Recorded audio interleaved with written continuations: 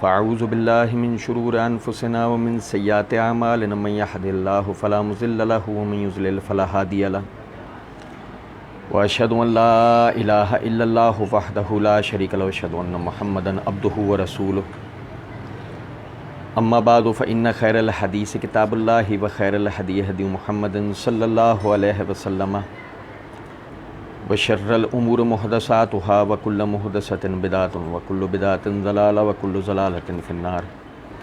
اعوذ باللہ السمیع العلیم من الشیطان الرجیم من حمزہ ونفخہ ونفثہ. بسم اللہ الرحمن الرحیم.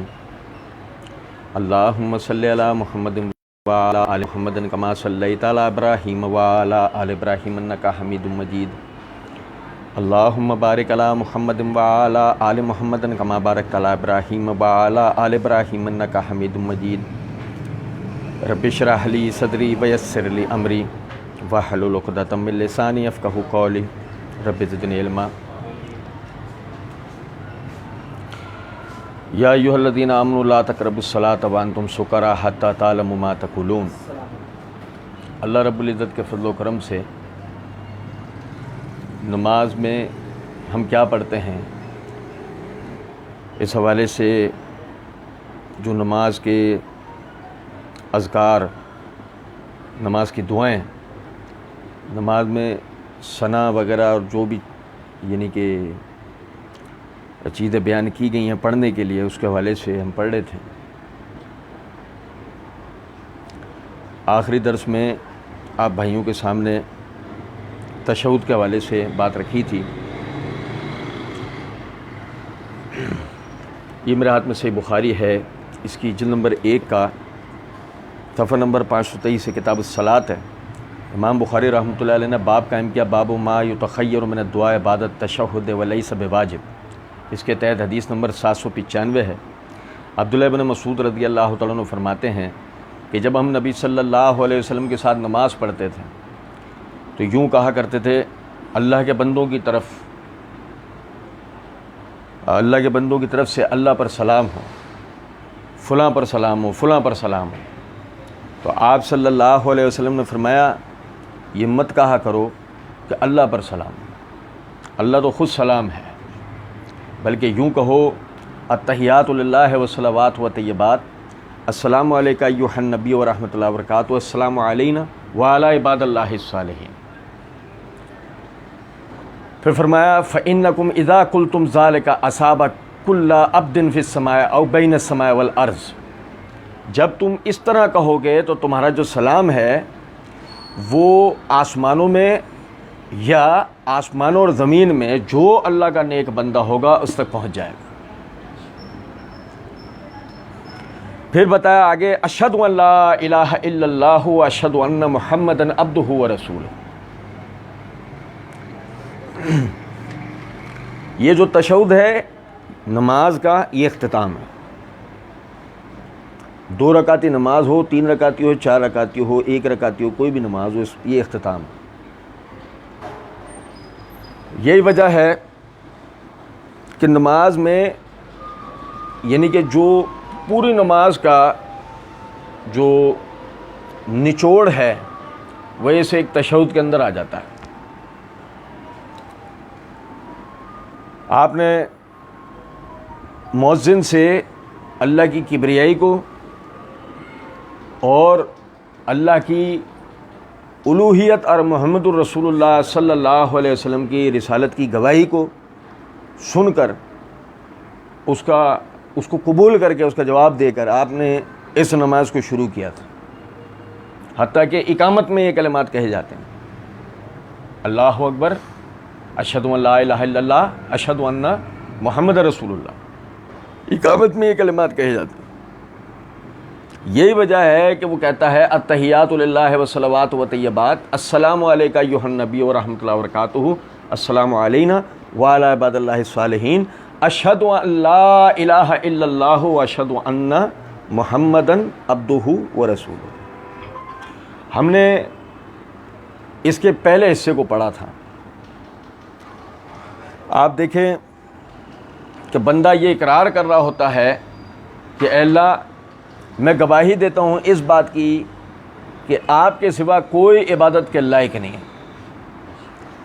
اس نے اپنی پوری نماز میں قیام، رکوع، جلسہ، سجدہ، جلسہ یہ سب کر کے اس کو ثابت کیا، اور اس کے بعد بھی وہ ختم کرتے کرتے بھی اس بات کا اقرار کر رہا ہے۔ اس کا مطلب کیا ہے؟ توحید و رسالت اول و آخر ہے۔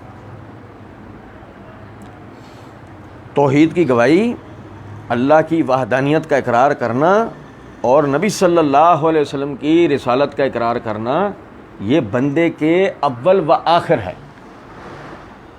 آپ دیکھیں ایک آدمی اسلام قبول کرتا ہے، اس کو یہی کلمہ پڑھایا جاتا ہے، وہ یہ اقرار کرتا ہے اشہد ان لا الہ الا اللہ اشہد ان محمدًا عبدہ ورسولہ، میں اس بات کی گواہی دیتا ہوں اللہ کے سوا کوئی الہ نہیں ہے، کوئی عبادت کے لائق نہیں ہے، اور محمد صلی اللہ علیہ وسلم اللہ کے بندے اور اس کے رسول ہیں۔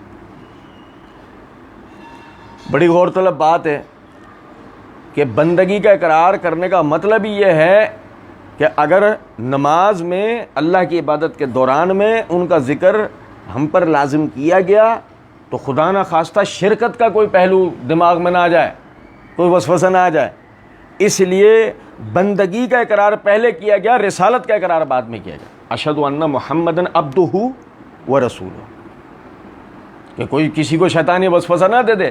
اللہ نے اپنے رسول کا اپنے ساتھ ذکر کیا تو کوئی خدا نہ خواستہ وہ ان کے ساتھ ان کی الوہیت میں یا ربوبیت میں کسی چیز میں شریک ہے نہیں۔ پہلے جیسے عیسائیوں نے عقیدہ بنایا نا کہ اگر یسوع مسیح کو اللہ نے یعنی کہ کلمے میں یا دیگر جگہوں پہ اپنے ساتھ شریک کیا تو انہوں نے اس سے یہ گمان لگایا کہ نعوذ باللہ واللہ کے شریک ہیں، اور یہ چیز آہستہ آہستہ ترقی کرتے کرتے اس بات کی طرف چلی گئی کہ نعوذ باللہ واللہ کے بیٹے ہیں۔ لیکن یہاں پہلے یہ اقرار کیا گیا اشہد ان محمدًا عبدہ، میں اس بات کی گواہی دیتا ہوں محمد صلی اللہ علیہ وسلم اللہ کے بندے ہیں۔ معبودیت کا اقرار پہلے کر لیا، اشہد ان لا الہ الا اللہ، اللہ کے سوا کوئی معبود نہیں ہے، اور محمد صلی اللہ علیہ وسلم اللہ کے بندے ہیں، اللہ معبود ہے، محمد صلی اللہ علیہ وسلم بندے ہیں، ورسولہ اور اس کے رسول۔ اور فرمایا السلام علیکہ ایھا النبی ورحمۃ اللہ وبرکاتہ۔ میں نے پہلے بھی توجہ دلائی تھی، آپ دیکھیں ذرا غور طلب بات ہے، بندہ نہیں جانتا اللہ کو راضی کس طرح کرنا ہے۔ مطلب آپ دیکھیں جو لوگ عبادت کرتے ہیں دیگر مذاہب کے لوگ، قیام، رکوع، سجدہ، جلسہ، اور ان مذاہب کے اندر اللہ کو ماننے کا، اللہ کی ذات کو تسلیم کرنے کا ثبوت ملتا ہے کہ وہ مانتے ہیں اللہ کو اس طرح کہ اللہ کے ساتھ شریک مقرر کرتے ہیں۔ لیکن یہ بات تو طے ہے نا کہ اللہ کو مانتے ہیں تو قیام بھی کرتے ہیں، بعض ان میں رکوع بھی کرتے ہیں، بعض ان میں سجدہ بھی کرتے ہیں، لیکن ان کی عبادتیں قبول نہیں کی جاتی، اللہ ان کی عبادتوں کو زائل کر دیتا، ان کے منہ پر مار دیتا۔ تو وجہ کیا ہے؟ وجہ دو ہیں، ایک عقیدے میں شرک کا پہلو، دوسرا عبادت نبی صلی اللہ علیہ وسلم کے طریقے کے مطابق نہیں ہے، گویا کہ اس طریقے کے مطابق نہیں ہے جو اللہ رب العزت نے نازل کیا۔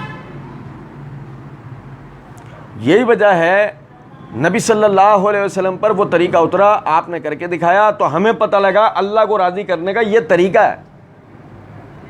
گو کہ جس طریقے سے، میں بڑی معذرت چاہتے ہوئے یہ بات کر رہا ہوں ایک بات سمجھانے کے لیے، گو کہ جس طریقے سے یسوع مسیح کو ہجرتیں کرنا پڑی، یہاں تک کہ روپوش ہونا پڑا، کہ جس کی وجہ سے ایک بڑے طبقے تک نماز، روزے، حج، زکوٰۃ کے مسائل نہیں پہنچے، اور یہاں تک کہ ان کے مصلوبیت والے مسئلے کے لیے یعنی کہ لوگ نکلے اور اللہ نے ان کو اپنی طرف اٹھا لیا، اور وہ سارا سلسلہ چلا گیا حواریوں کی طرف، شاگردوں کی طرف، اور شاگردوں نے اپنی جان بچانے کے لیے جنگلوں کا رخ کر لیا۔ نتیجتاً جو پہنچا، جو جس کے پاس پہنچا، جس کو جتنا پتہ تھا اس نے اتنا بتایا، وہ عبادات کے سارے طریقے بگڑتے چلے گئے، کوئی کچھ بتا رہا ہے، کوئی کچھ، مطلب کسی کے ذہن میں خیال آیا کہ یہ کہاں سے آپ بات نکال کے لائے؟ ہمارے سامنے انجیل اس کی زندہ مثال ہے، مرکس کی انجیل کچھ اور ہے، یوحنا کی انجیل کچھ اور ہے، برنباس کی انجیل کچھ اور ہے، یہ انجیلوں میں فرق ہے۔ حالانکہ یسوع مسیح نے تو سب کو ایک انجیل لکھوائی تھی، لیکن اس کے باوجود ان کے درمیان فرق ہے۔ یہی وجہ ہے کہ پروٹیسٹنٹ گروہ ہو، کیتھولک گروہ ہو، یعنی کہ کیسریا گروہ ہو، نستوریا گروہ ہو، یا دوسرے ان کے گروہ ہیں، ان میں ہمیں عبادات کے فرق نظر آتے ہیں۔ وجہ ہی اس کی یہ ہوئی کہ ان تک نماز روزے حج زکوٰۃ کا صحیح طریقہ نہیں پہنچ سکا. اس کا خدا نہ خواستہ یہ مطلب نہیں ہے کہ یسوع مسیح ناکام رہے, کیونکہ اللہ رب العزت نے قرآن پاک کے اندر ان کے جہاں پہ رفع کا مسئلہ بیان کیا ہے, اپنی طرف اٹھا لینے کا, وہیں ساتھ بیان کر دیا وَإِن مِّنْ أَهْلِ الْكِتَابِ إِلَّا لِيُؤْمِنَّ بِهِ قَبْلَ مَوْتِهِ. اور مسیح کی موت سے پہلے کوئی اہل کتاب ایسا نہیں ہوگا جو اس پہ ایمان نہ لے آئے. اس کا مطلب یسوع مسیح کی جو تعلیمات ہیں, یسوع مسیح جو دین لے کر آئے, وہ محمد صلی اللہ علیہ وسلم کی تعلیمات کی روح سے سارے اہل کتاب کے سامنے بیان کر کے اپنی ڈیوٹی کو مکمل کر لیں گے.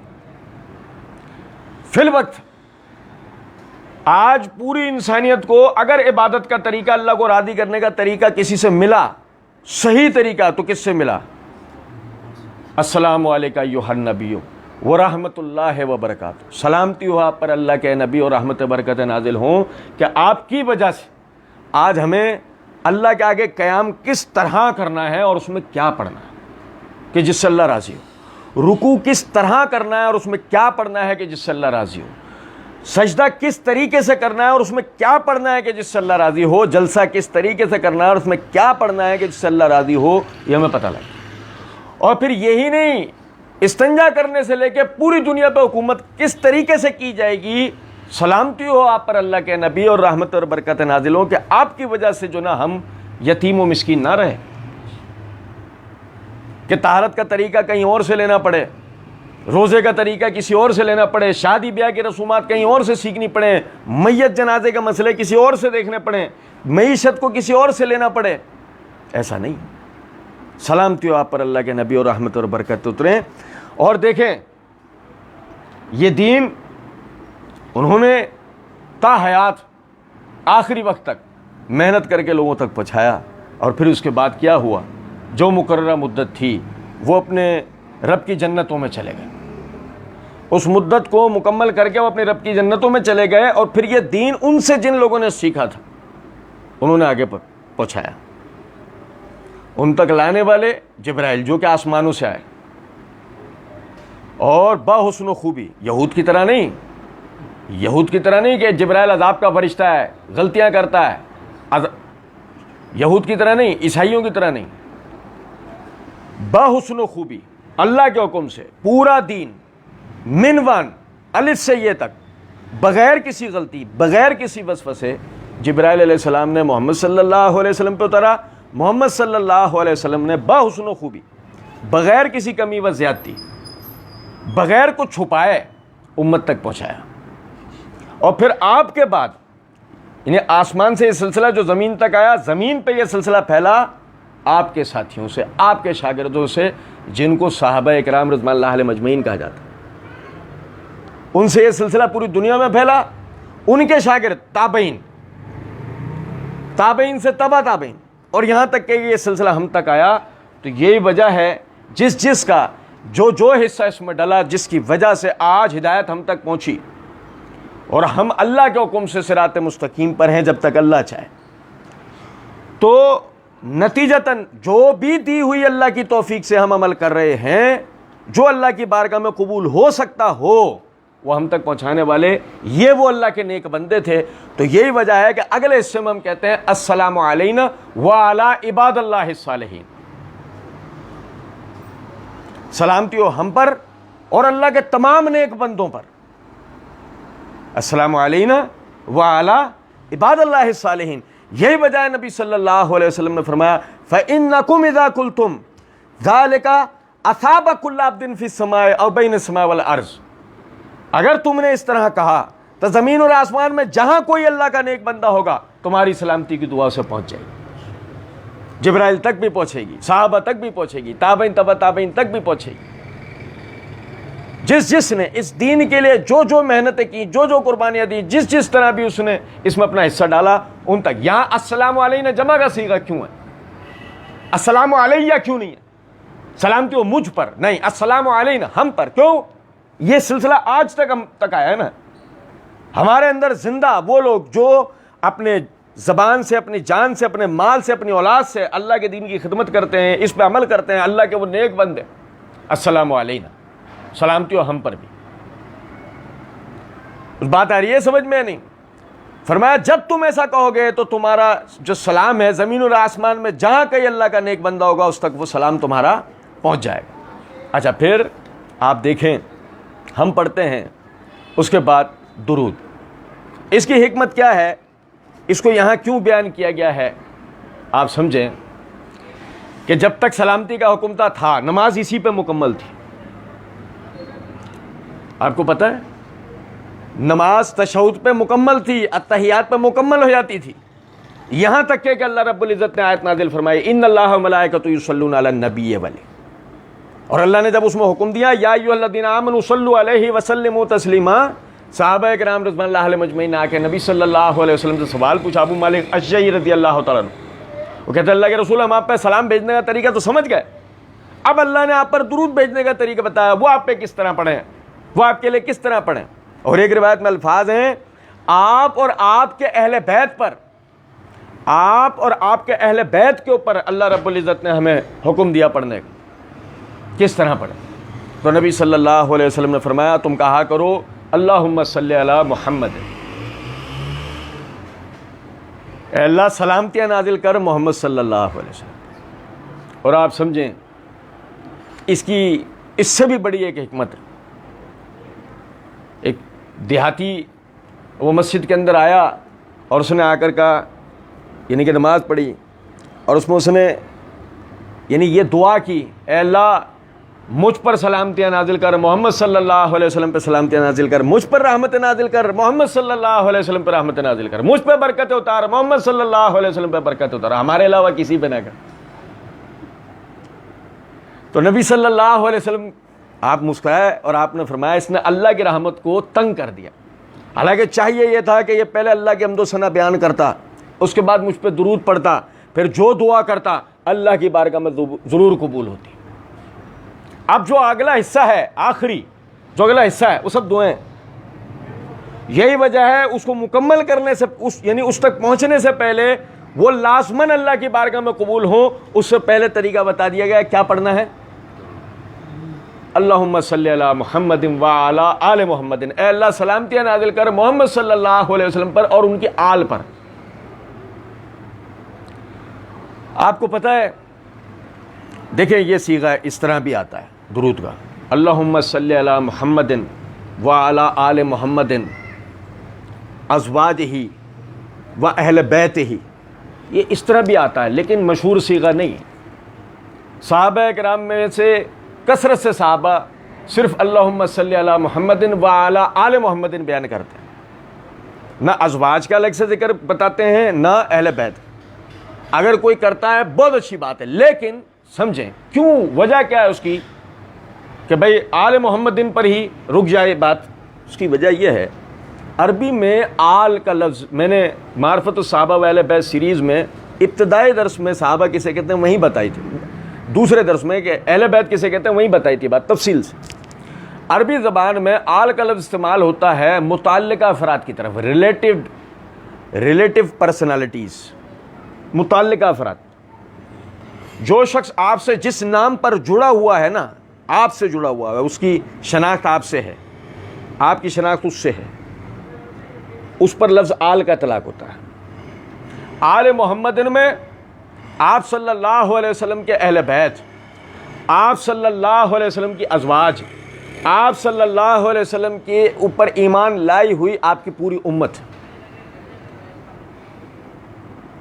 یہ میری بات سمجھ رہے ہیں نہیں؟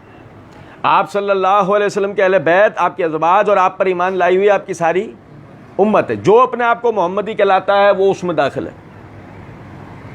یعنی کہ جو شخص اپنا انتساب نبی صلی اللہ علیہ وسلم کی طرف کرتا ہے، خود کو مسلمان کہتا ہے، وہ اس کے اندر آل کے اندر داخل ہے۔ شرط یہ ہے کہ وہ نبی صلی اللہ علیہ وسلم کی پیروی کرے، اس دعا کا حقدار ہوگا۔ اللہم صلی علی محمد وعلی آل محمد، اے اللہ سلامتیاں نازل کر محمد صلی اللہ علیہ وسلم پر اور ان کے آل پر، کما صلیت علی ابراہیم وعلی آل ابراہیم۔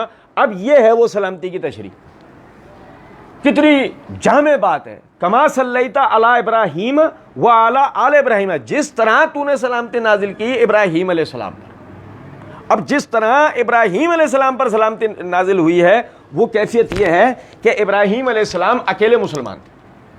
سنیں, وہ ایک اکیلے مسلمان تھے, اسلام قبول کیا, اور یعنی اس مسلمان ایک تو وہ ہے نا کہ نبی پیدائشی طور پر توحید کی طرف راغب ہوتا ہے, وہ کبھی ایک ذرے کا برابر بھی شرک کی طرف مائل نہیں ہوا ہوتا, کفر کی طرف مائل نہیں ہوا ہوتا. آپ سمجھیں کہ باقاعدہ وہ مسلمان, اور کیفیت یہ ہے کہ اپنا باپ, یعنی دیگر تو اہل شہر انہیں تو چھوڑ دیں, اپنا باپ مخالف, اور انہیں باقاعدہ سب نے مل کر وہ جو بت خانے والا مندر والا جو واقعہ ہوا, اس کے بعد سب نے مل کر آگ میں ڈالنا چاہا, جلا دیا, جلانے میں کامیاب ہوئے. یعنی بظاہر دیکھا جائے تو پورا شہر ایک طرف اکٹھا ہوا ہے, مطلب گورنمنٹ ہے, عوام ہے, سب لوگ ہیں, ابراہیم علیہ السلام کو نقصان پہنچانا چاہتے ہیں, لیکن کیا پہنچایا نہیں. کما صلیت علی ابراہیم, جیسے تو نے سلامتی نازل کی ابراہیم علیہ السلام پر. اب بتائیں, سارا شہر اکٹھا ہوا نبی صلی اللہ علیہ وسلم کے لیے دار الندوہ میں آپ کو شہید کرنے کے لیے ہجرت کی رات ہوا, ہر قبیلے کا ایک ایک فرد آیا, لیکن کیا شہید کر پائے؟ کما صلیت علی ابراہیم وعلی آل ابراہیم وعلی آل ابراہیم میں اب دیکھیں, اب ان کا نکاح ہوا, ہجرت کی, اپنے علاقے سے ہجرت کی. ہجرت کے نتیجے میں ایک ایسی سرزمین کے اوپر پہنچے کہ جس سرزمین کے بادشاہ میں یہ بد عادت تھی کہ وہ شادی شدہ عورتوں سے بدکاری کا ذہن رکھتا تھا. ابراہیم علیہ السلام ان کی بیوی کو پکڑ لیا گیا, بیوی کو الگ کر دیا گیا, شوہر کو الگ کر دیا گیا. اب زنان خانے میں بادشاہ ان کی طرف آنے لگا بدنیتی سے.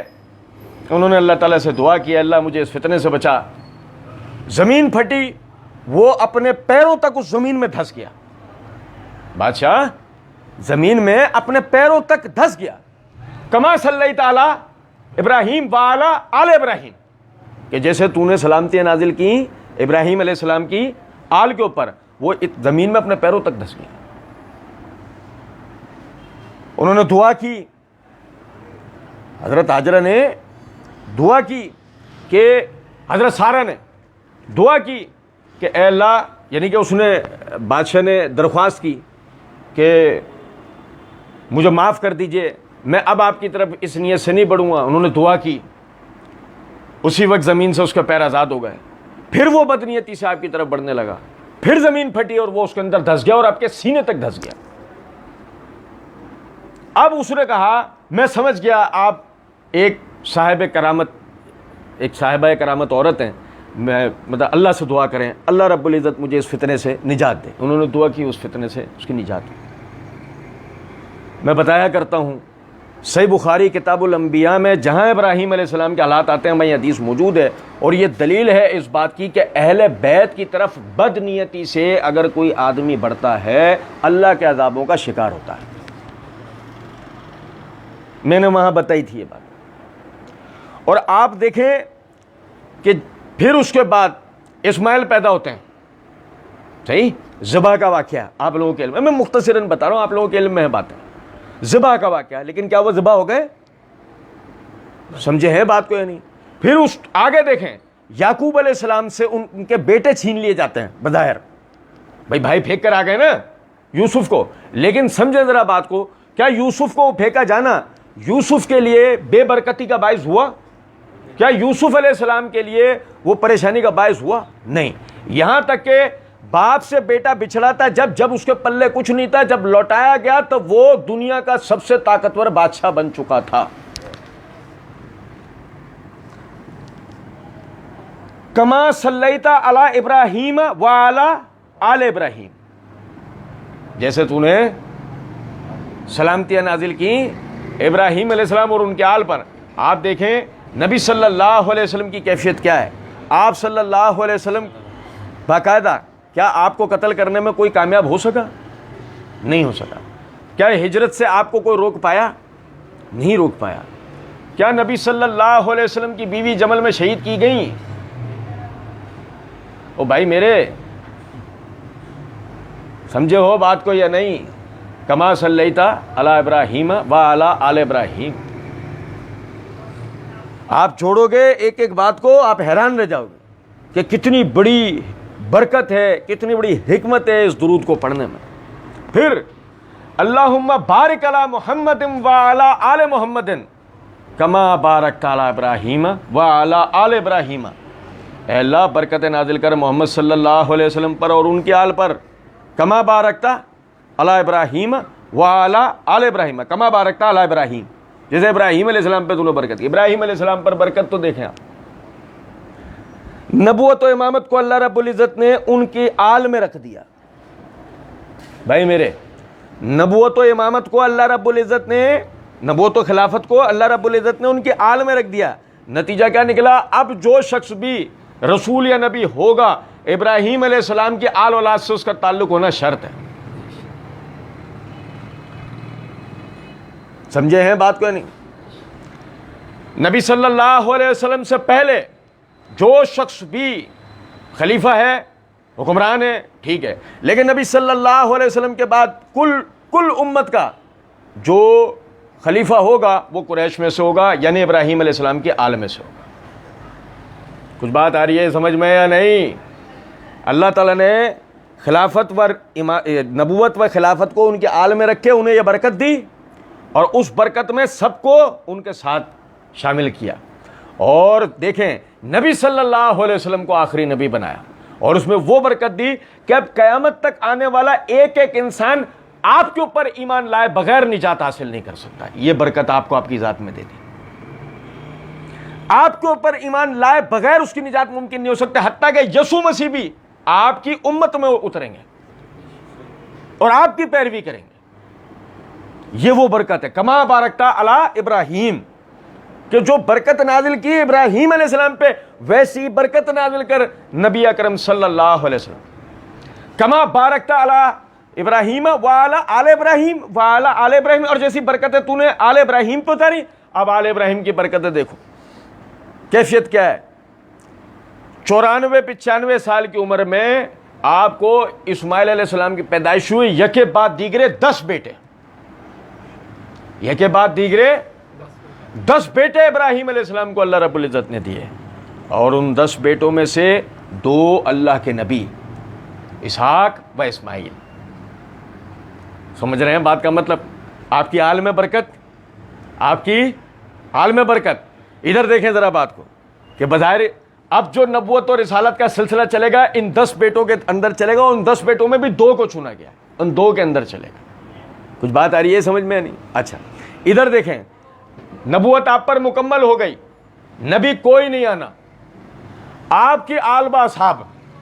سنیں ذرا بات کو, ابراہیم علیہ السلام کے آل و اصحاب اس تعداد میں نہیں آئے, نبی صلی اللہ علیہ وسلم تک آ کے اس تعداد میں نہیں آئے جس تعداد میں نبی صلی اللہ علیہ وسلم سے لے کے قیامت تک آپ کی امت ہوگی. بھئی اللہ تعالیٰ نے آپ کو بیٹے نہیں دیے کیونکہ نبوت مکمل کر دی آپ پہ, لیکن آپ کے روحانی بیٹے, کیسی برکت اللہ نے آپ پہ رکھی ہے کہ آپ کے روحانی بیٹے قیامت تک آنے, اربوں میں ہونے, لاکھوں کروڑوں میں نہیں, اربوں میں ہونے. کما بارکت علی ابراہیم و علی آل ابراہیم. اور اسی طرح دیکھیں غور طلب نکتہ ہے, اللہ رب العزت نے آپ کی نبوت اور رسالت کو پھیلایا مکے سے لے کے فلسطین تک, اور ادھر اللہ رب العزت نے نبی صلی اللہ علیہ وسلم کی رسالت کو پھیلایا مشرق سے لے کے مغرب تک, شمال سے لے کے جنوب تک. نہیں سمجھے وہ بات؟ زمین سے لے کے آسمان تک. نہیں سمجھے؟ ذہن میں خیال آتا ہے زمین سے لے کے آسمان تک, آسمان سے زمین ہونا چاہیے, نہیں, زمین سے لے کے آسمان. آپ یقین کریں کہ آج کا کوئی انسان یہاں سے نکل کے نا اس دنیا سے مریخ پہ جا بسے, جب بھی اس کو پیروی کس کی کرنی پڑے گی؟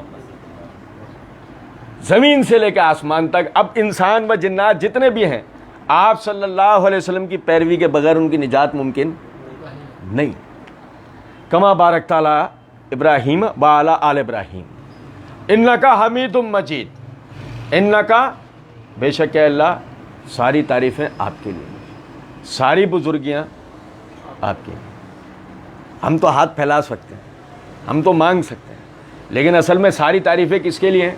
انکا حمیدن، بے شک آپ ہی ساری خوبیوں ساری تعریفوں والے ہیں، وہ مجید، انکا حمید مجید، یعنی کہ آپ ہی کے لیے بزرگی کو بیان کیا جا سکتا ہے، نہیں تعریف کا وہ پہلو جس میں یعنی کہ جس کی تعریف ہو رہی ہے اس کی عظمت سب سے بلند اور طاقت کا اظہار کیا جا رہا ہو، اس کی اس تعریف میں اس کی طاقت کا، اس کی قوت کا اظہار کیا جا رہا ہو، انکا حمید مجید۔ یہ یہاں سے ہماری نماز کا اختتام ہے، اور اگر اس کو نہیں پڑھا نماز نہیں ہوگی، اس کو نہیں پڑھا نماز، کیونکہ اللہ نے درود کو پڑھنے کا حکم دیا ہے، اس کو نہیں پڑھا نماز نہیں ہوگی۔ اور جیسے کہ نبی صلی اللہ علیہ وسلم نے فرمایا اس کے بعد تمہیں دعا کا اختیار ہے، اس کے بعد تمہیں دعا کا اختیار ہے، جو چاہو اپنے لیے دعا کرو، لیکن نبی صلی اللہ علیہ وسلم نے خود سے کچھ دعائیں ہمیں سکھائیں، اور یاد رکھیں اس بات کو، جو نبی صلی اللہ علیہ وسلم کا بتایا ہوا ہے نا اس میں بڑی برکت ہے۔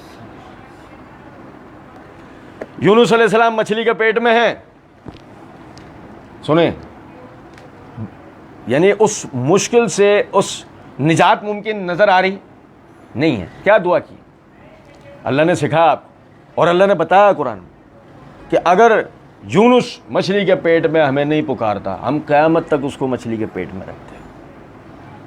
اللہ نے ان کو سکھایا، انہوں نے دعا کی، اللہم انی ظلمت لا الہ الا انت سبحانک انی کنت من الظالمین، ٹھیک ہے، ہر غم سے ہر مشکل سے نجات نہیں۔ یہ میرے ہاتھ میں صحیح بخاری ہے، اس کی جلد نمبر 1 کا صفحہ نمبر 523 ہے۔ امام بخاری رحمۃ اللہ علیہ کتاب الصلاۃ میں اس باب کے تحت باب الدعاء قبل السلام، اس کے تحت یہ حدیث نمبر 794 لائیں۔ ابو بکر صدیق رضی اللہ تعالیٰ عنہ فرماتے ہیں کہ میں نے نبی صلی اللہ علیہ وسلم سے عرض کیا کہ اللہ کے رسول مجھے کوئی دعا سکھائیے کہ جو میں نماز میں پڑھا کروں، مجھے کوئی دعا سکھائیے میں نماز میں پڑھا کروں۔ تو نبی صلی اللہ علیہ وسلم نے فرمایا تو پڑھا کر اللہم انی ظلمت نفسی ظلما کثیرا، اے اللہ میں نے بہت زیادہ اپنی جان پر ظلم کیا ہے۔ ابو بکر نے کیا ہے۔ اللہ کو عاجزی بہت پسند ہے، اللہ کو عاجزی بہت پسند ہے اپنے بندے، اللہ کو کسی طرح بھی تکبر پسند نہیں ہے۔ اللہم انی ظلمت نفسی، ابو بکر جیسا کہے گا اللہم انی ظلمت نفسی ظلما کثیرا، اے اللہ میں نے اپنی جان کے اوپر بہت زیادہ ظلم کیا ہے۔ ابو بکر نے کیا نہیں ہے، لیکن ابو بکر کو بھی یہ کہنا ہے، کہنے کا فائدہ ہے، کہنے کا فائدہ، اللہ کو عاجزی پسند ہے۔ ابو بکر کے مقابلے میں ہم اپنی اگر بات کریں تو ہم نے تو اپنی جان پہ واقعی بہت زیادہ ظلم کر رکھے ہیں، اگر ان کے مقابلے میں ہم اپنے آپ کو دیکھیں تو۔ اور دیکھیں وَلَا يَغْفِرُ الذُّنُوبَ إِلَّا أَنْتَ، وَلَا يَغْفِرُ الذُّنُوبَ إِلَّا أَنْتَ، اور نہیں گناہوں کا معاف کرنے والا ہے مگر آپ۔ یار بڑی حکمت ہے اللہ کی قسم۔ آپ کو پتہ ہے عیسائی گناہوں میں اتنے جری کیوں ہیں؟ اس کی وجہ ہے پوپ گناہ معاف کر دیتے ہیں، فادر گناہ، جاؤ چرچ میں کنفیشن باکس سے جا کے بیٹھ جائیں، وہ پردے کے پیچھے فادر بیٹھے ہیں، پادری صاحب بیٹھے ہیں، جی بیٹا، یس مائی سن، جی بیٹا یہاں سے کہہ رہا ہے فادر میں نے زنا کر لیا، قتل کر لیا، موبائل چھین لیا، فلانا ہو گیا، ڈھمکا ہو گیا، جو بھی رشوت کرپشن، جو بھی ماں باپ کی نافرمانی، جو بھی جس طرح کا بھی گناہ میں نے کر لیا ہے، میں اس کے جو نا ازالے کے لیے آیا ہوں، معافی کے لیے آیا ہوں۔ ٹھیک ہے جاؤ، بتا دیا یہ کر لو، وہ کر لو، یہ بنا لو، فلانا کر لو، اور چندے کے ڈبے میں ڈالتے ہوئے چلے جاؤ، صدقہ جاؤ، تمہارے گناہ معاف کیے، میں اللہ سے دعا کروں گا، ان کے حساب سے میں خدا سے دعا کروں، لو جی گناہ معاف ہو گئے، سمجھے؟ وہ اتنے جری اسی لیے ہیں۔ اب وہ ذہن میں خیال آتا ہے جری تو میں سے بھی بے عمل لوگ ہیں، وہ جن کو اللہ کا ڈر نہیں ہے، لیکن میں ایک بات بتا رہا ہوں، وہ بے عمل جنہیں اللہ کا ڈر نہیں، انہیں اللہ کے بارے میں نہیں پتہ ہے، انہیں یہ نہیں پتہ ہے کہ اللہ کی پکڑ کیسی ہے، انہیں یہ پتہ نہیں ہے۔ ہمارے والے کو جب یہ پتہ لگ جاتا ہے نا کہ اللہ معمولی سے گناہ کہ جس کو آدمی نے جان کر کیا ہے، گناہ بہت معمولی ہے لیکن کیا جان کے ہے، اس پر وہ پکڑ لیتا ہے، کہ تجھے پتا تھا نا اس کے بارے میں، تو نے کیا کیوں؟ وہ اس پہ پکڑ لیتا ہے. اور ایسا نہیں کہ وہ آخرت کے عذاب کے لیے نعوذ باللہ اللہ مجبور ہے کہ فیصلہ تو آخر میں ہی ہوگا، نہیں، اللہ دنیا میں پکڑ لیتا ہے. سنوذبہم مرتین ثم یردون الی عذاب عظیم، یہ تو اللہ کا قاعدہ ہے. دنیا میں ایسے لوگوں کو دوہرے عذاب ہوتے ہیں اور آخرت میں بڑے عذاب کی طرف لوٹایا جاتا ہے. اللہ کو آخرت کے انتظار میں تھوڑی ہے کہ آخرت ہوگی تو فیصلے ہوں گے. سنیں ذرا بات کو. ولا یغفر الذنوب الا انت، آدم علیہ السلام نے کیا کہا تھا؟ ربنا ظلمنا انفسنا وان لم تغفر لنا اور اگر آپ نے ہماری مغفرت نہ کی، اے ہمارے رب ہم نے اپنی جانوں پر ظلم کر لیا ہے، اور اگر آپ نے ہماری مغفرت نہ کی وترحمنا اور ہم پہ رحم نہ کیا، لنکونن من الخاسرین، تو اس کے بعد ہم نقصان اٹھانے والوں میں سے ہو جائیں گے. ابھی تک آپ کی رحمت سے مایوس نہیں ہے، ابھی تک آپ کی طرف سے ملنے والی ہدایت سے مایوس نہیں ہے. آپ نے مغفرت نہ کی تو نقصان اٹھائیں گے، اس سے پہلے تک بھی نقصان میں نہیں ہے. ولا یغفر الذنوب الا انت، کوئی گناہوں کا معاف کرنے والا نہیں ہے اللہ مگر سوائے آپ کے. فاغفر لی مغفرۃ من عندک، مغفرت کر دیجئے میری اپنے پاس کی مغفرت سے، مجھے ایسا مت کر دیجئے کہ مجھے لوگوں کے آگے جھکنا پڑے، مجھے ایسا مت کر دیجئے، میرے جرائم کی پردہ پوشی کیجئے، میرے گناہوں کی پردہ پوشی کیجئے، مجھے لوگوں کے آگے نہ جھک جانا پڑے، مجھے لوگوں کے آگے ہاتھ پیر نہ جوڑنے پڑ جائیں. فاغفر لی مغفرۃ من عندک، میری مغفرت کیجئے اس مغفرت سے آپ کے پاس والی، آپ اپنے پاس سے میری مغفرت کیجئے. ورحمنی، مجھ پہ رحم کیجئے. پچھلا درس آپ بھائیوں کو یاد ہوگا، ایک رحم کرنے کا مطلب کیا ہے؟ ایک مرتبہ اللہ رحم کر دے، ہر مشکل آسان ہو جاتی ہے ایک مرتبہ. اور کیا حدیث میں الفاظ ہے صحیح مسلم میں، من صلی علیہ مرتن صلی اللہ عشرن، جو شخص مجھ پر ایک مرتبہ درود پڑتا ہے اللہ اس کے اوپر 10 مرتبہ رحمت نازل فرماتا ہے.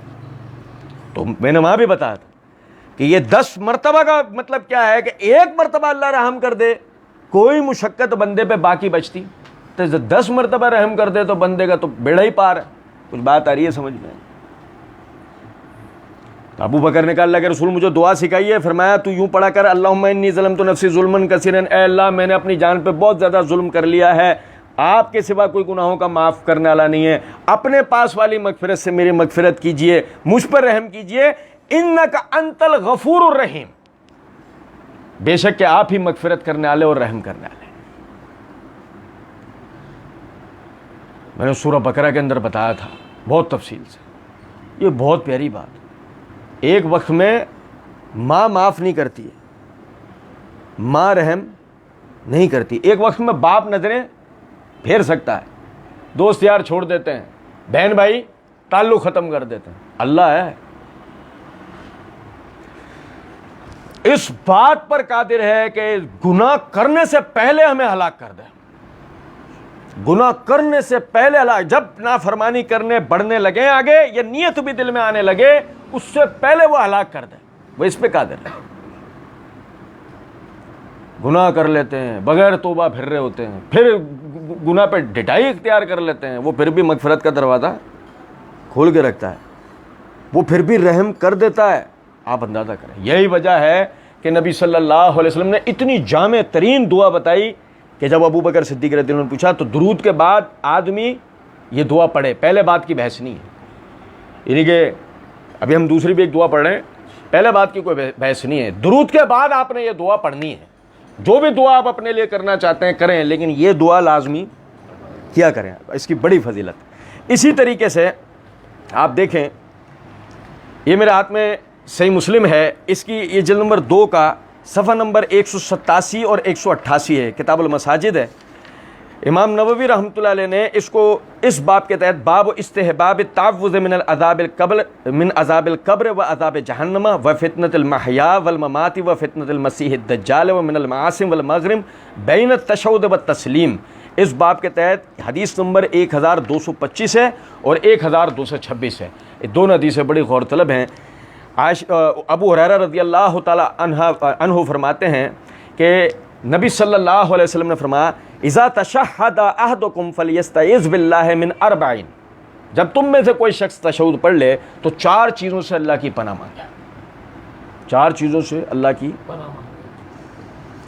یقول، وہ کہے اللہم انی اعوذ بک من عذاب جہنم، اے اللہ میں جہنم کے عذاب سے آپ کی پناہ مانگتا ہوں۔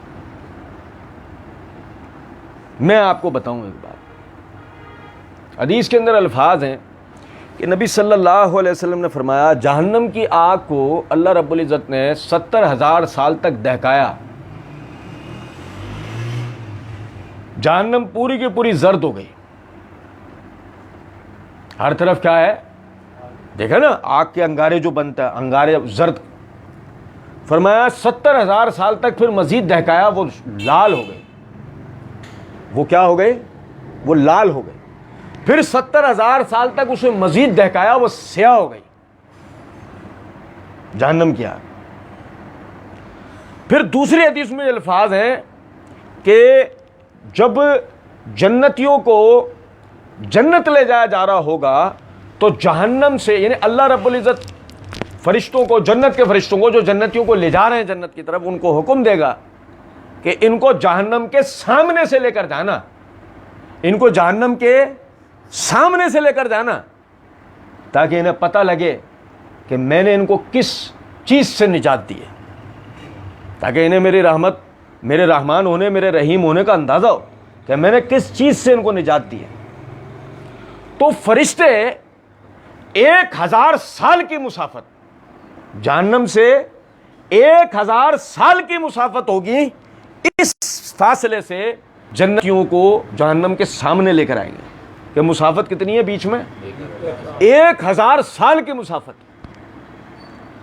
اور اسی وقت جو جنتی ہیں سارے کے سارے گھبرا جائیں گے، ڈر جائیں گے، رو پڑیں گے اور سجدے میں گر پڑیں گے، اے اللہ معاف فرماتے ہمیں جہنم میں نہ بھیج دینا۔ کہاں پہنچے؟ کہاں پہنچے؟ جہنم کے سامنے مسافت کتنی ہے؟ 1000 سال کی۔ اور جبکہ فیصلہ ہو گیا، اور اللہ اپنے فیصلے کے خلاف، فیصلہ ہو گیا جنت کا، پتہ ہے کہ جنتی جا رہے ہیں، جہنم سے 1000 سال کی مسافت سے سامنا ہوا ہے، مگر اس کی ہولناکی نے ایسا ڈرا دیا ہے، ایسا گھبرا دیا ہے کہ اسی وقت سب بھول گئے ہیں، سجدے میں گر گئے ہیں، رو رہے ہیں، گڑ گڑا رہے ہیں، اے اللہ تو ہمیں معاف کر دے، جہنم میں نہ بھیج دینا۔ اور دوسری طرف آپ دیکھیں، اس وقت یورپ میں ایسے لوگ موجود ہیں جو باقاعدہ کہتے ہیں کہ ہم جہنم میں جانا چاہتے ہیں۔ وجہ کیا ہے؟ وہ یہاں تک جو وہ آج سے 150-200 سال پہلے ان کے آباء و اجداد، بلکہ آج سے 50-60-100 سال پہلے ان کے ماں باپ عیسائی تھے، جنت جہنم، جنت کی نعمتوں اور جہنم کی ہولناکیوں کے قائل تھے۔ مگر آج یہ ملحد اولاد جو پیدا ہوئی، وجہ کیا ہے اس کی؟ وجہ اس کی یہ ہے وہ جنت جہنم کے منکر ہو گئے۔ اور ابتدا کہاں سے ہوئی؟ ابتدا وہاں سے ہوئی جب اتنی آسانی سے گناہ معاف ہو رہے تھے اور اتنی آسانی سے گناہوں کے رستے کھل رہے تھے، تو یہی وجہ ہے کہ ان کے لیے جنت جہنم کی تو کوئی وہ بچی نہیں۔ پھر جب ان کو یہ وعدہ مل گیا ہے، یہ بات سمجھ میں آ گئی ان کو کہ جو یسوع مسیح کا جس نے بپتسمہ لیا ہوا ہے، یسوع مسیح کا جو ماننے والا ہے، وہ تو آخرکار جنت کے اندر جائے گا، تو بس بات ہی ختم ہو گئی۔ آہستہ آہستہ آہستہ آہستہ جنت اور جہنم کا جو حقیقی نظریہ تھا وہ اوجھل ہو گیا، وہ منکر ہو گئے۔ آج کیفیت یہ، وہ کہہ رہے ہیں ہم جہنم میں جانا چاہتے ہیں، مذاق اڑا رہے ہوں، ہم جہنم میں جانا چاہتے ہیں۔ اور اللہ کے بندوں سمجھو ذرا بات کو، جہنم وہ اس بلا کا نام ہے جس سے بلائیں ڈرتی ہیں، جہنم اس بلا کا نام ہے جس سے ابلیس ڈرتا ہے۔ ابلیس کی ڈٹائی کو چھوڑیں، لیکن جہنم اس بلا کا نام ہے کہ جس سے ابلیس ڈرتا ہے۔ آپ اندازہ کریں۔ اور غور طلب نکتہ ہے کہ پہلی ہی بات کہ نبی صلی اللہ علیہ وسلم فرما رہے ہیں کہ جب تم میں سے کوئی شخص تشہد پڑھے، اس کو چاہیے 4 چیزوں سے اللہ کی پناہ مانگے۔ ان میں پہلی، اللہم انی اعوذ بک من عذاب جہنم، اے اللہ میں جہنم کے عذاب سے آپ کی پناہ مانگتا ہوں، ومن عذاب القبر، ومن عذاب القبر، اور قبر کے عذاب سے۔ آپ دیکھیں پہلے جہنم کا پھر قبر کا ذکر کیوں ہے؟ اس کی وجہ ہے جہنم زیادہ ہولناک ہے، لیکن ذرا قبر کو دیکھیں۔ سنن ترمذی میں حدیث ہے نبی صلی اللہ علیہ وسلم نے فرمایا کہ اگر تم لوگ اپنے مردے دفن کرنا نہ چھوڑ دیتے قبر کے عذاب کے ڈر سے کہ قبر کا عذاب کیا چیز ہے، تم اپنے مردے دفن کرنا نہیں چھوڑ دیتے نا، میں اللہ تعالیٰ سے دعا کرتا اللہ تم قبر کا عذاب دکھاتا، اللہ تمہیں قبر کا عذاب دکھاتا۔ آپ اندازہ کریں ذرا، قبر کا عذاب اتنی خطرناک چیز ہے۔ حدیث میں الفاظ ہیں کہ جیسے ہی لواحقین اس کو چھوڑ کر جاتے ہیں مردے کو، منکر نکیر آ کے اس کو بٹھاتے ہیں، اس سے سوال جواب کرتے ہیں، اور اگر وہ جواب نہیں دے پاتا ہے، اچھا وہ حدیث، اچھا ایک الگ حدیث میں یہ الفاظ بھی ہیں کہ اگر نیک آدمی ہوتا ہے وہ اچھی شکلوں میں آتے ہیں اور اس سے بڑے ہی پرتپاک انداز میں، بڑے خوش آمدید والے انداز میں گئے، یعنی کہ اس کو منانے والے، اس کو راضی کرنے والے انداز میں اس سے بات کرتے۔ لیکن اگر آدمی گناہ گار ہے تو حدیث میں الفاظ ہیں کہ پہلے تو وہ اس طریقے سے نا اس کو ایسے اٹھاتے ہیں، ایسے اس کی قمیض پکڑ کے اس کو اٹھا کے بٹھاتے ہیں، پھر اس سے سوالات کرتے ہیں، اور پھر الفاظ ہیں کہ جب اس کو جواب نہیں ہوتا تو وہ اس کے سر پہ گرز مارتا ہے فرشتہ، اور وہ فرشتہ ایسا ہوتا ہے کہ اس کے آنکھ اور کان نہیں وہ دیکھ سکتا ہے نہ وہ سن سکتا، اس کو گرز مارتا، اس کے چہرے کے ٹکڑے اڑ جاتے ہیں، اس کے چہرے کے ٹکڑے اڑ جاتے ہیں۔ گرز دے سمجھتے ہیں آپ؟ گرز کہتے ہیں ایک لکڑی یا لوہے کے دستے کے اوپر آگے لوہے کی گیند لگی ہوئی ہوتی ہے، اس میں لوہے کی بڑی بڑی نوکیں نکلی ہوئی ہوتی ہیں، جس چیز پہ لگتا ہے گڑ جاتا ہے، اکھیڑو تو ٹکڑوں کے ساتھ نکلتا ہے، ٹکڑے ساتھ نکل آتے ہیں، اسے گرز کہتے ہیں۔ یہ پہلے جنگوں میں استعمال ہوتا تھا، پتہ ہے یہ گرز اس کو مارتا ہے، وہ اس کے چہرے جب اکھیڑتا ہے اس کے چہرے کے ٹکڑے اڑ جاتے ہیں، لیکن دوبارہ سے اس کا چہرہ جوڑنا شروع ہو جاتا ہے۔ ٹھیک ہے، صحابہ نے پوچھا اللہ کے رسول اس یہ دیکھ آنکھیں کان کیوں نہیں ہوتے اس کے؟ تو نبی صلی اللہ علیہ وسلم نے فرمایا اس کی جو کیفیت ہوتی ہے نا وہ دیکھ کے رحم نہ آ جائے، اور اس وقت جو وہ چلاتا ہے نا وہ سن کے رحم نہ آ جائے۔ اس کی جو اس وقت کیفیت ہوتی ہے اس گرز لگنے کے نتیجے میں وہ دیکھ کے اس کو رحم نہ آ جائے کہ یار اس کا کیا اثر ہو گیا، اور وہ جو اس وقت چلاتا ہے بے دردی، وہ درد کو محسوس کرتے ہوئے، تو کہیں وہ سن کے اس کو رحم نہ آ جائے، اور پھر یہ سلسلہ قیامت تک اس کے اوپر چلتا رہتا۔ یہ چہرے کا عذاب ہے، اور وہ جو آگ کی کھڑکی کھولی جاتی ہے وہ صحیح بخاری والی روایت میں وہ جسم کا عذاب ہے پورے، تو پورے جسم کو جلایا جاتا ہے۔ النار یورزون علیہا غدوا وعشیا، جو اللہ تعالیٰ نے سورہ مومن کے اندر فرمایا صبح و شام آگ پیش کی جاتی ہے، ایک دفعہ صبح جلایا جاتا ہے پھر وہ صحیح ہو جاتا ہے شام، ایک دفعہ شام میں جلایا جاتا ہے پھر وہ اگلی صبح تک صحیح ہوتا ہے، پھر صبح اس کو جلایا، اور یہ سلسلہ چلتا ہوا جاتا ہے کب تک؟ سنعذبہم مرتین ثم یردون الی عذاب عظیم، ہم انہیں دنیا میں دو بار عذاب دیں گے اور آخرت میں بڑے عذاب کی طرف لوٹا دیں گے۔ یہ قبر کا عذاب ہے۔ یہ میں نے بہت مختصر سا تعارف کرا ہے، امام بہقی رحمۃ اللہ علیہ نے مکمل اس کے اوپر ایک کتاب لکھی ہے قبر کے عذاب کی صفات کے اوپر۔ آپ اندازہ کریں کہ دوسری جو پناہ مانگنے والی بات ہے، ومن عذاب القبر ومن فتنۃ المحیا والممات، ومن فتنۃ المحیا والممات، اور پناہ مانگا کرو زندگی اور موت کے فتنوں سے، زندگی اور موت کے، سنیں ذرا بات کو، توجہ طلب بات، توجہ طلب بات۔ میں زندہ رہنا چاہتا ہوں، توجہ سنیں، میں زندہ رہنا چاہتا ہوں گناہ کرنے کے لیے، عذابوں کو جھیلنے کے لیے۔ اللہ کے عذابوں کو میں جھیلوں گا، میں قبر کے عذاب کو جھیلوں گا، میں جہنم کے عذابوں کو جھیلوں گا۔ میں زندہ اس لیے رہنا چاہتا ہوں کہ میں بہت گناہ کروں، بہت نافرمانیاں کروں اللہ کی، میں عذابوں کا شکار کیا جاؤں اور میں انہیں جھیلوں گا۔ بھائی اس زندگی سے بڑا کوئی فتنہ ہو سکتا ہے بندے کے لیے؟ اس زندگی سے بڑا کوئی فتنہ ہو سکتا ہے؟ نہیں ہو سکتا نا۔ سمجھے ذرا بات، ایک آدمی اللہ کی مرضی والی زندگی بسر کرتا ہے، اللہ کی رضامندی والی زندگی بسر کرتا ہے، وہ سارے اعمال کرتا ہے کہ جس کے نتیجے میں اللہ رب العزت اس سے راضی ہو، اس کی زندگی کسی کے لیے نعمت ہو نہ ہو، اس کے لیے نعمت ہے، سراسر نعمت۔ جب تک زندہ ہے اللہ کو راضی کرنے والے کام کیے جا رہا ہے، نتیجے میں جنتوں کی نعمتیں اس کے لیے وقف کی جا رہی ہیں، تیار کی جا رہی ہیں، اس کی زندگی اس کے لیے نعمت ہے۔ اس نعمت والی زندگی کے ساتھ یہ کہاں پہنچے گا؟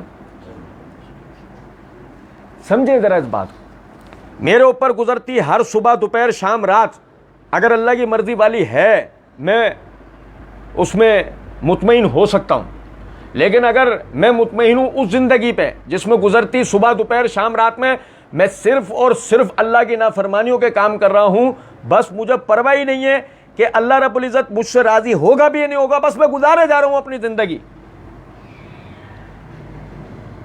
اور اس میں اپنے لیے دعائیں کرواتا ہوں لوگوں سے، میری صحت کے لیے دعا کرو، میری لمبی عمر کے لیے دعا کرو، اولاد کے لیے کچھ کر جاؤں، اپنے بہن بھائیوں کے لیے کچھ کر جاؤں، اپنے ملک اور ملت کے لیے کچھ کر جاؤں۔ ابے زندگی تو دیکھو، تمہاری زندگی تمہارے اپنے لیے فتنہ ہے، تم کسی کے لیے کچھ کرو نہ کرو، کیفیت تمہاری یہ ہے کہ تم اللہ کے عذابوں کے لیے خود کو تیار کیے بیٹھے ہو، اور کس میں جرت ہے اللہ کے عذابوں کو جھیلنے کی؟ کون سی دنیا میں زندہ ہو کہ تم کسی کے لیے کچھ کرو گے؟ تم کسی کے لیے کچھ کر سکتے ہو نہ کر سکتے ہو، اپنے لیے تم نے قبر اور جہنم کے عذابوں کو تیار کیا ہوا ہے۔ تمہاری زندگی ہے، تمہاری زندگی تمہارے لیے ایک فتنہ بن چکی ہے، اور تم سمجھ نہیں رہو، تم اپنے لیے دعائیں کروا رہے ہو۔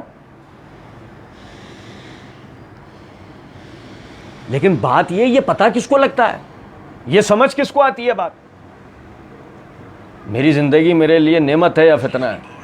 یہی وجہ ہے کہ نبی صلی اللہ علیہ وسلم نے فرمایا دعا کیا کرو وَمِن فِتْنَةِ الْمَحْيَا، اللہ میں پناہ مانگتا ہوں زندگی کے فتنے سے، میں پناہ مانگتا ہوں زندگی کے، کہ زندہ ہے بظاہر اس کو سمجھ میں ہی نہیں آ رہا، وہ جتنے وقت، جتنے دن، سیکنڈ، پل دنیا میں اللہ کی نافرمانی والی زندگی گزار رہا ہے، وہ کوئی نعمتوں میں، کوئی خوشی عیش و عشرت میں تھوڑی ہے، وہ تو مزید اپنے لیے عذاب کھڑے کیے جا رہا ہے۔ جب تک وہ اللہ سے رجوع نہ کر لے، جب تک وہ اللہ کی رضامندی والی زندگی بسر نہ کرنا شروع ہو جائے، اس وقت تک اس کی زندگی اس کے لیے فتنہ ہے۔ والممات، والممات، اور اللہ موت کے فتنے سے، موت کا فتنہ۔ بھائی میرے سنیں ذرا بات، موت کا فتنہ سمجھیں ذرا۔ صحابہ کرام رضوان اللہ علیہم اجمعین، انہوں نے سنا وَلَا تَحْسَبَنَّ الَّذِينَ قُتِلُوا فِي سَبِيلِ اللَّهِ أَمْوَاتٌ بَلْ أَحْيَاءٌ عِندَ رَبِّهِمْ يُرْزَقُونَ فَرِحِينَ بِمَا آتَاهُمُ اللَّهُ مِنْ فَضْلِهِ، جو اللہ کے راستے میں شہید ہو جائیں انہیں مردہ نہ کہو، وہ زندہ ہیں، اپنے رب کے پاس وہ روزیاں پاتے ہیں، اور خوش ہیں اس پر جو اللہ نے اپنے فضل سے ان کو عطا کیا ہے۔ وہ سمجھتے تھے ایک ایک عقیدے کو، وہ ایک ایک بات کو سمجھتے تھے کہ میں اپنی زندگی کہاں گزار رہا ہوں، میں کیا کر رہا ہوں، میں لوگوں کو راضی کرنے والی ایسی زندگی جس میں میں اللہ کو ناراض پر ناراض کیے چلا جا رہا ہوں، وہ گزارنا میرا بہت اچھا رہے گا، یا میں اللہ کی رضامندی والی زندگی گزار لوں چاہے ایک دن والی ہو۔ انہوں نے وہ فیصلہ کیا، اور نتیجتاً صحیح بخاری کتاب الجہاد میں حدیث ہے، ایک دن پہلے مسلمان ہوا ہے، ایک دن پہلے، یہ بات سن لیے، یہ بات سمجھ لیے، ایک دن پہلے مسلمان ہوا ہے۔ نبی صلی اللہ علیہ وسلم کے پاس آیا، آگے کہنے لگا اللہ کے رسول، میں اگر اللہ کے راستے میں جہاد کروں اور کفار کے لشکروں میں گھس کے یعنی ان سے قتال کروں، جہاد کروں، یہاں تک کہ اس نتیجے میں لگنے والے زخموں سے میں شہید کر دیا جاؤں، تو کیا اللہ کا یہ وعدہ سچا ہے، میں جنت میں بھیجا جاؤں؟ نبی صلی اللہ علیہ وسلم نے فرمایا بے شک تو جنت میں جائے گا۔ اللہ کا بندہ اگلے دن جہاد کے میدان میں لڑنا شروع ہوتا ہے، کفار کی صفوں میں گھستا ہے، مارتے مارتے اندر تک چلا جاتا ہے، یہاں تک کہ ان سے لگے ہوئے زخموں کے نتیجے میں شہید ہو جاتا ہے۔ نبی صلی اللہ علیہ وسلم نے اس کو دیکھا تو فرمایا اپنی مراد کو پہنچ گیا۔ اپنی مراد کو کتنے زخم لگے ہوں گے، کیسے کیسے تکلیف دہ زخم لگے ہوں گے، مگر کتنی دیر کی تکلیف ہوگی وہ ذرا سوچیں، 1 گھنٹہ 2 گھنٹہ 6 گھنٹہ 1 دن 2 دن، ختم، کہاں پہنچا؟ جنت میں۔ لیکن سمجھیں، میں گزارنا چاہتا ہوں وہ زندگی جس میں مجھے بلڈ پریشر، شوگر، دل کے امراض اور ایسی بیماریاں اللہ حق ہوں کہ جس میں 6 مہینے، سال، 2 سال، 5 سال، 7 سال، 8 سال بیمار رہ کے سسک کے اور آزمائشوں کا شکار رہ کے کھانا ختم ہو چکا ہے, زندگی گولیوں پہ گزر رہی ہے, اور اس حالت میں جا کر میں مروں, یہ موت ہے؟ یہ نعمت والی موت ہے؟ یہ کون سی موت ہے؟ وَمِن فِتْنَةِ الْمَحْيَا وَالْمَمَاتِ, اے اللہ میں آپ کی پناہ مانگتا ہوں زندگی کے فتنے اور موت کے فتنے سے. موت ایسی نہ ہو جو فتنے کا باعث ہو, موت ایسی نہ ہو کیا, یعنی کہ آپ سمجھیں بندے کی کیفیت یہ ہو, اللہ معاف کرے, اللہ ہمیں معاف کر دے, اللہ کی قسم, بندے کی کیفیت یہ نہ ہو کہ اللہ کو چھوڑ کے جن ماں باپ بہن بھائیوں دوست احباب کے لیے اللہ کو ناراض کرنے والا ہر کام کر رہا تھا, وہی آخر میں کہ اے اللہ اس کے لیے آسانیاں کر دے, اے اللہ اسے موت دے دے. ان کے لیے کیا تھا اور آج یہی دعائیں کر رہے ہیں, یہ مر جائے تو اس کو آسانی ہو جائے. بنا دی اللہ نے موت فتنہ, بنا دی یا نہیں بنا دی؟ ہم تو سوچ رہے تھے کہ قبر میں جا کے عذاب ملے گا, ہم تو سوچ رہے تھے کہ آخرت میں جا کے عذاب ملے گا. زندگی بھی عذابوں اور آزمائشوں کا شکار گزری, اور موت بھی ملی تو عذابوں والی. یہی وجہ ہے کہ نبی صلی اللہ علیہ وسلم نے فرمایا تم میں سے جب کوئی شخص تشہد پڑھ لے تو اس کو چاہیے ان 4 چیزوں سے اللہ کی پناہ مانگے, اور فرمایا وَمِن شَرِّ فِتْنَةِ الْمَسِيحِ الدَّجَّالِ, اور اے اللہ میں مسیح دجال کے فتنے سے آپ کی پناہ مانگتا ہوں. ذہن میں خیال آتا ہے کہ مسیح دجال کے لیے علامات و آثار بتا دیے گئے کہ یہ آثار و علامات جب ظاہر ہوں گی تو مسیح دجال نکلے گا. اور مسیح دجال کے جو فتنے, ہمارے ہاں ہر آدمی یعنی کہ پیش آمدہ مسائل جو ہے نا, پیش آمدہ چیزیں, ان پہ بات کرنے سیکھنے سمجھنے کو راضی نہیں ہے, لیکن مسیح دجال کو سیکھنے سمجھنے کے لیے ہر آدمی راضی ہے. تو بہت اچھی بات ہے, اس میں کوئی مسئلہ نہیں, دین کی ہر بات آنی چاہیے, لیکن ہر بات, یہی نہیں کہ صرف مسیح دجال, کہ یسوع مسیح کے بارے میں کچھ نہ پتا ہو, مسیح دجال کے بارے میں سب کچھ پتا ہے. کیا تو مسیح دجال کو دیکھ لے گا؟ تیرے پرپوتے دیکھ لیں گے؟ نہیں دیکھ پائیں گے, تو بہت آگے آنا ہے. ہاں پھر کیا ایسی بات ہے کہ مسیح دجال کے فتنے سے ہمیں بھی عرض ہو. مسئلہ یہ مسیح دجال جن صفات کا پیکر ہے, وہ صفات تھوڑی مردہ ہیں, ابھی کسی جزیرے پہ تھوڑی پڑی ہیں کہ وہ آزاد ہو کر وہاں سے آئے گا, وہ صفات آئیں گی. نہیں, وہ صفات تو آج بھی ہے نا. مسیح دجال دین کے نام پر دھوکہ دے گا, دین کے نام پر دھوکہ دینے والے لوگ نہیں ہیں. مسیح دجال لوگوں کو بے عملی کی طرف راغب کرے گا, بے عملی کی طرف راغب کرنے والے لوگ نہیں ہیں. مسیح دجال بے حیائی, سود خوری, حرام کاری کو پھیلائے گا, کیا ان چیزوں کو پھیلانے والے لوگ نہیں ہیں؟ اللہ حاصل قیاس کہ مسیح دجال میں جو صفات ایک اکیلی شخصیت کے اندر ہیں, وہ صفات سے ایک جملے میں ہم اللہ کی پناہ مانگ لیتے ہیں, وَمِن شَرِّ فِتْنَةِ الْمَسِيحِ الدَّجَّالِ, اے اللہ مسیح دجال کے پھیلائے ہوئے ہر فتنے سے ہم آپ کی پناہ مانگتے ہیں. آج جو وہ پھیلے ہوئے فتنے ہیں, ہم اس ایک دعا کے نتیجے میں ان سب سے امن میں آتے ہیں. اور اس کو نبی صلی اللہ علیہ وسلم نے پھر اس طرح خود پڑھ کے دکھا دیا. عائشہ صدیقہ رضی اللہ تعالیٰ عنہ فرماتی ہیں کہ کان یدعو فی الصلاۃ, کہ نبی صلی اللہ علیہ وسلم اپنی نماز میں یہ دعا پڑھتے تھے, اللہم انی اعوذ بک من عذاب القبر واعوذ بک من فتنۃ المسیح الدجال واعوذ بک من فتنۃ المحیا والممات اللہم انی اعوذ بک من المعاصی والمغرم. سنو, پہلے تو اس حدیث میں یہ حکمت آئی ہے, قالت فقال له قائل ما اکثر ما تستعیذ من المغرم. توجہ سے سنیے گا, توجہ سے بات سنیے. وہ ہو گیا 4 چیزیں. نبی صلی اللہ علیہ وسلم دعا کے اندر ایک 5ویں چیز کا اضافہ کر دیتے ہیں, اللہم انی اعوذ بک من المعاصی والمغرم, اے اللہ میں غریبی اور قرض سے آپ کی پناہ مانگتا ہوں. غریبی اللہ کی نعمت, عذاب نہیں. سنیں ذرا بات, لیکن اگر آپ کچھ بڑا کرنا چاہتے ہیں اللہ کے دین کے لیے, جس میں آپ کو مالی معاونت کی ضرورت ہے, مالی طاقت کی ضرورت ہے, اور آپ غریب ہیں, کر پائیں گے؟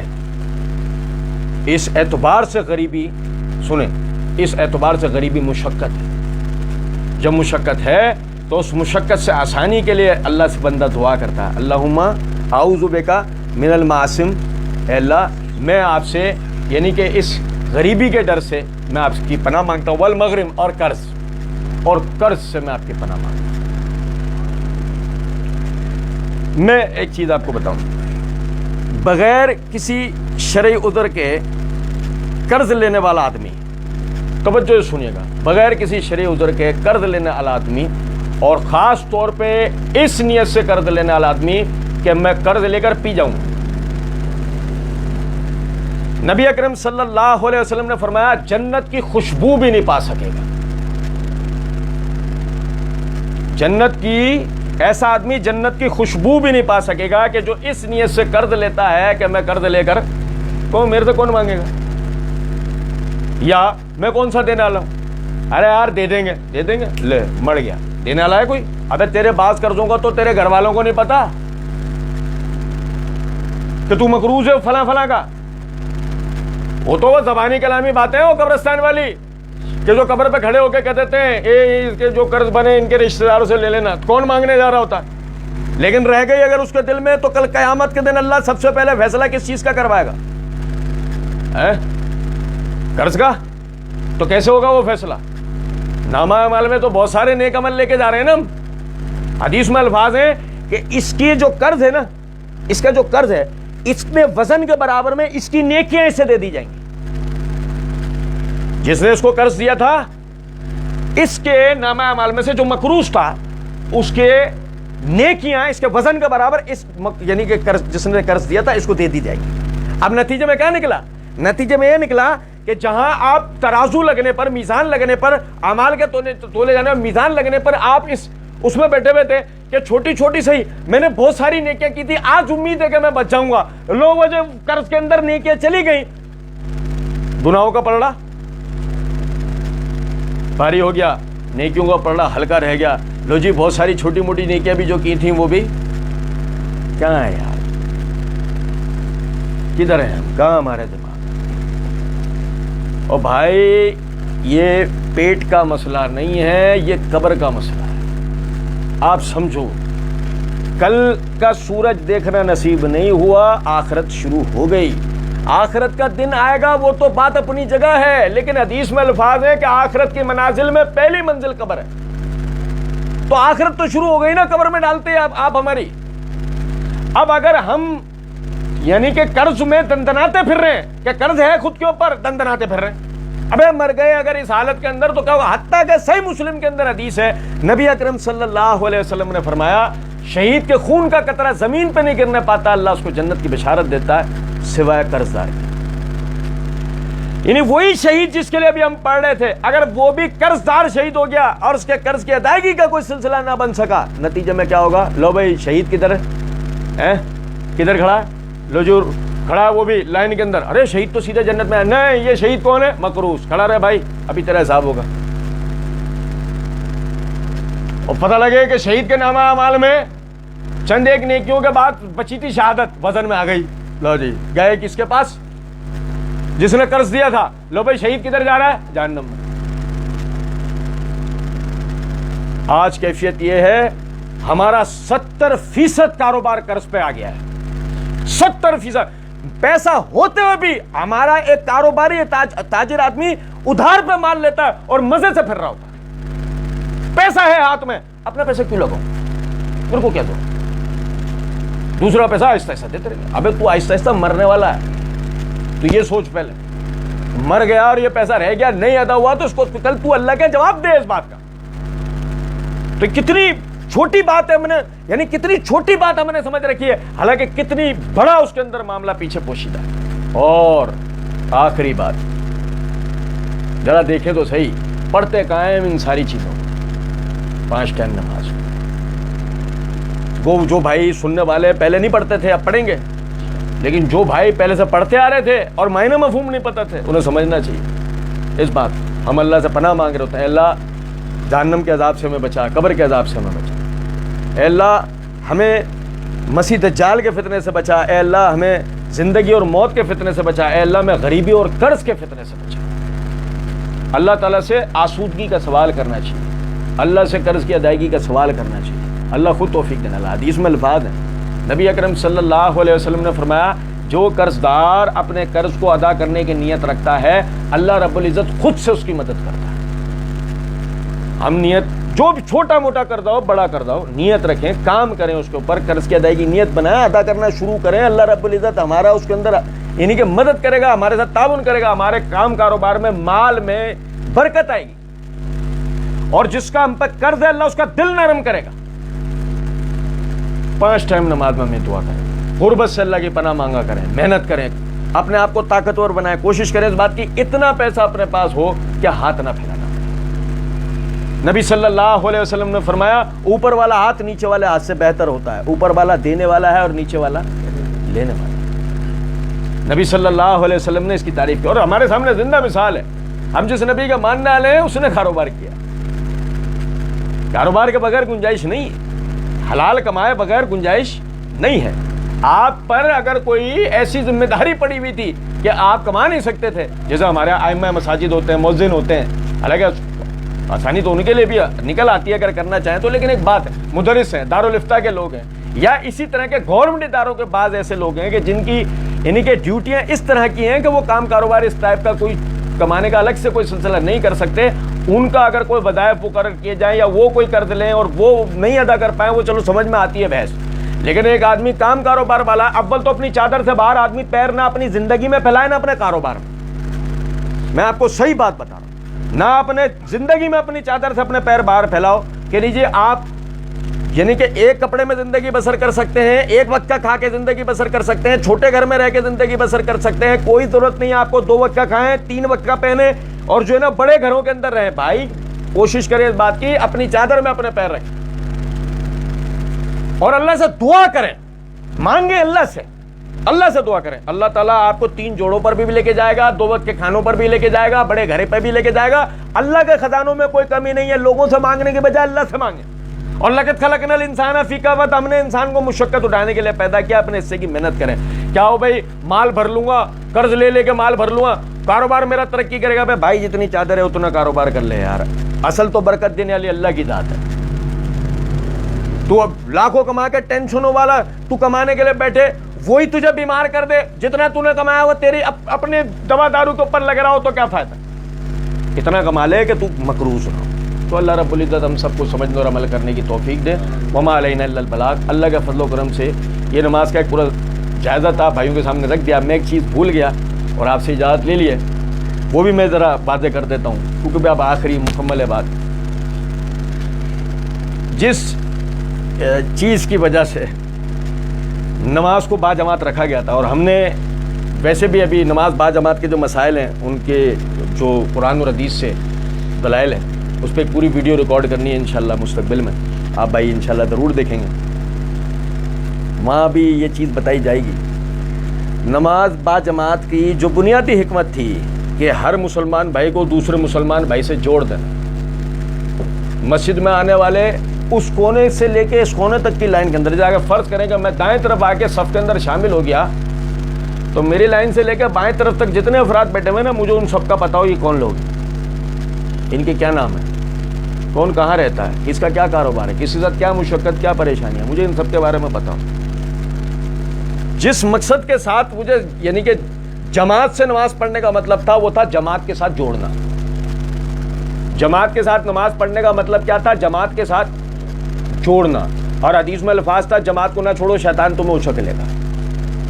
صحیح, تو اسی کو مد نظر رکھتے ہوئے صحیح مسلم ہی کے اندر حدیث ہے, نبی صلی اللہ علیہ وسلم نے جابر بن سمرہ رضی اللہ تعالیٰ عنہ اور ان کے ساتھیوں کو دیکھا, وہ نماز میں جب سلام پھیرتے تو اپنے ہاتھ سے اشارہ کرتے ہیں, السلام علیکم ورحمۃ اللہ, السلام علیکم ورحمۃ اللہ.